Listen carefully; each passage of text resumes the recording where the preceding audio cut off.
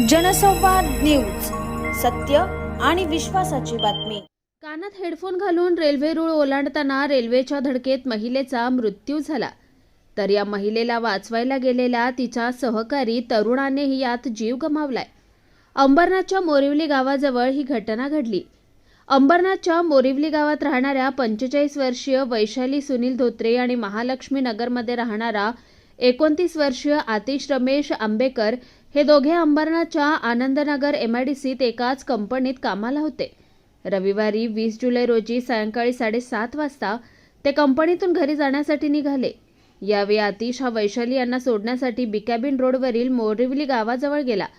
तिथून वैशाली या कानात हेडफोन घालून फोनवर बोलत रेल्वे रूळ ओलांडत असतानाच रेल्वे आली। यावेळी आतिश आणि अन्य काही लोकांनी वैशाली यांना आवाज दिला, पण त्यांचं लक्ष नसल्यानं आतिश हा वैशाली यांना वाचवायला गेला आणि या दोघांनाही रेल्वेनं उडवलं। या दोघांचाही दुर्दैवी मृत्यू झालाय।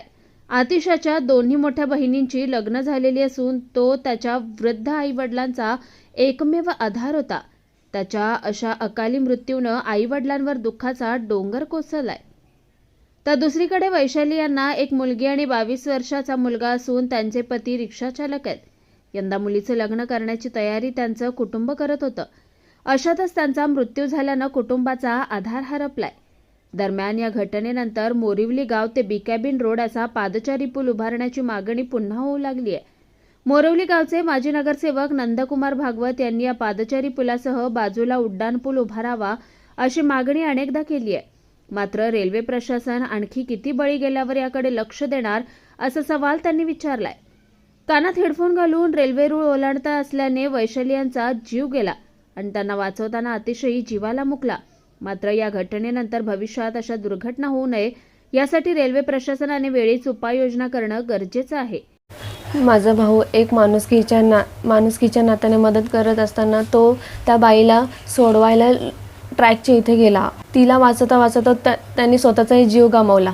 माझ्या आईवडिलांना तो मुलगा एकुलता एक होता। दोघी वयाने जास्त आहे, तर शासनाने थोडीफार मदत करावी माझ्या कुटुंबियांना। आमचं वय झालं, आमचा मुलगा गेला, आम्ही काय करायचं। एकोणचा एक मुलगा होता मला, आमचे वय झालेले। फोन आला तिकडून म्हणतात सेंटरला या, तुमच्या पोराचा ॲक्सिडेंट झाला। आम्ही दोघं एकुलता एक मुलगा होता, तो असा मृत्यू पावला। जीव वाचवायला गेला, त्यामुळे तो स्वतःचा जीव गमावला। काय तिकडनं ते आता कानावरून कामावरून येतोय, कामावरून आल्यानंतर तिकडनं ह्यो रस्ता आमचा येण्याचा मोरिवली गावात, तर रेल्वे क्रॉस करताना ते अचानकमध्ये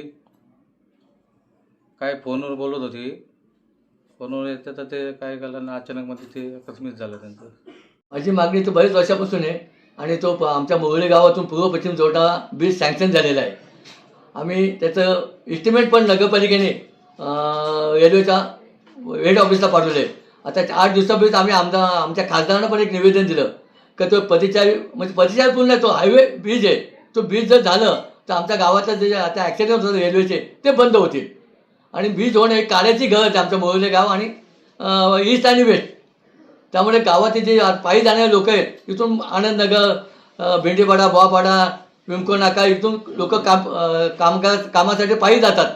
त्यामुळे ते रेल्वे क्रॉस करावं लागते। त्यामुळे काही लोक कानामध्ये हेडफोन घालून गाणे ऐकत जात असतात, त्यामुळे तिथे ॲक्सिडेंट होतात।